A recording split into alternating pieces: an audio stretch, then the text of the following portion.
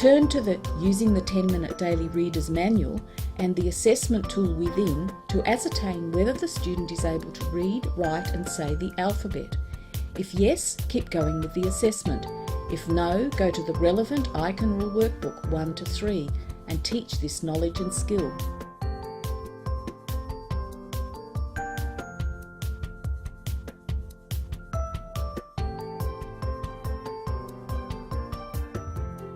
Continue the assessment process if no errors are made at first attempt.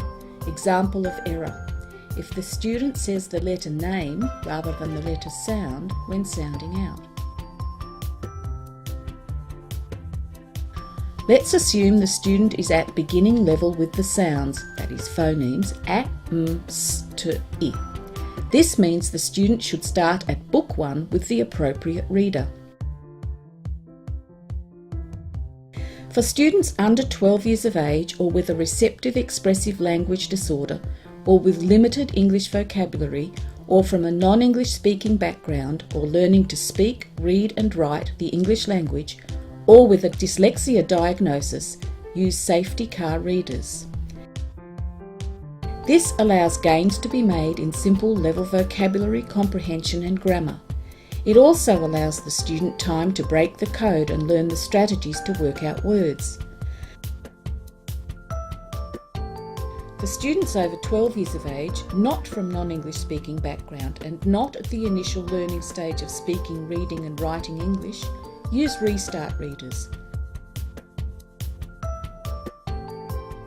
For students over 12 years of age who need extra practice in strategies to work out words, use the 2-reader series, Safety Car and Restart, together with the pole position readers at the same time. The A3 poster, How the Program Works, available on the homepage, gives the matching reference points for each of these series. Use the relevant workbooks for each of these as well to ensure the written work is completed, which reviews each oral reading lesson in depth.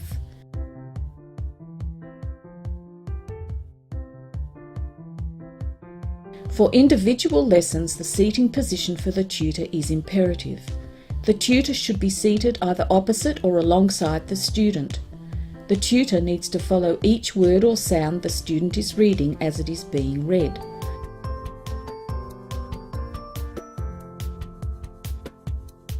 The pointer should be on this word or sound so the tutor is paying maximum attention to the text being read and can stop the pointer at any error when it is made and not at a later time.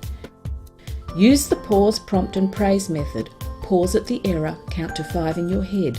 Prompt with a strategy, sound or sight word strategy, praise when achieved.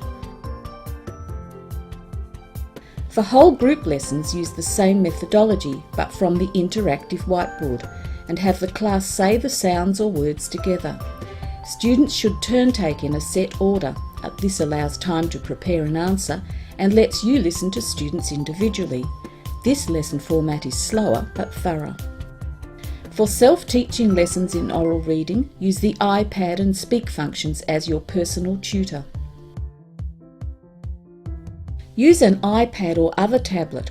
Have it charged and ready. Use this for accessing e-readers. Set the timer to 10 minutes for the session and open the relevant reader.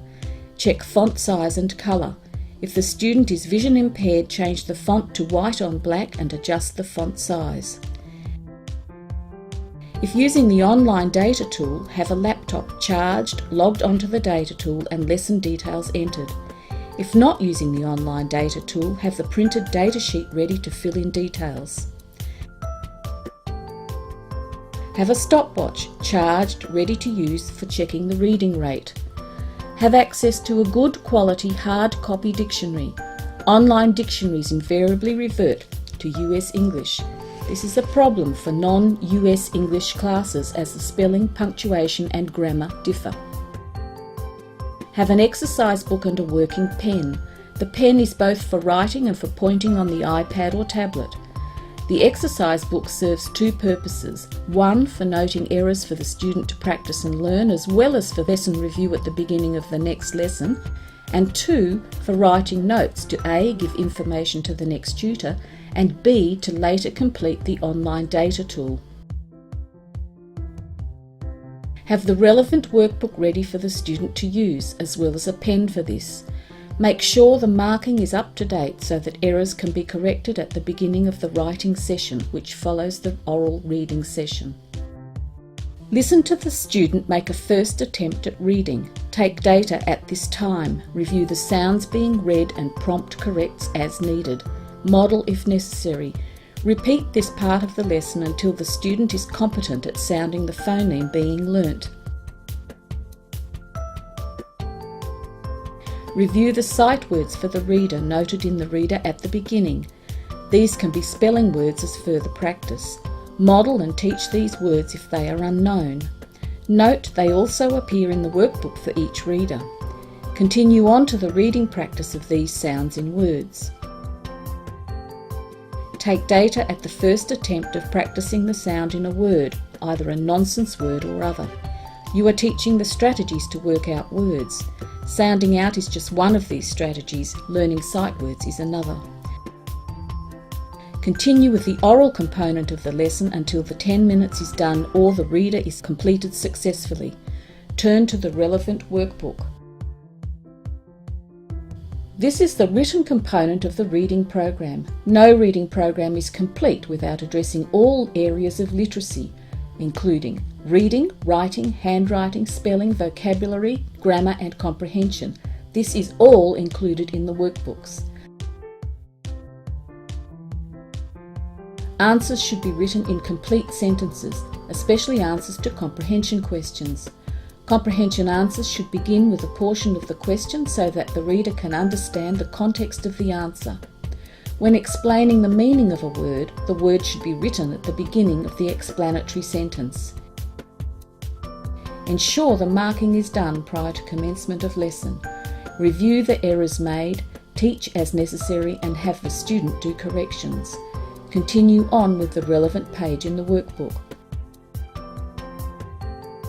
Having completed the particular portion of the workbook that relates to the reader being used, end the lesson. Set up a time for the next lesson. This includes addressing all issues of handwriting, upper and lower case letter formation, legible writing, appropriate size and style of handwriting. It also includes spelling. If a word is incorrectly spelt, have the student use the look, cover, read and write and check method in their exercise book. Mark the work carefully, review and teach any problem areas.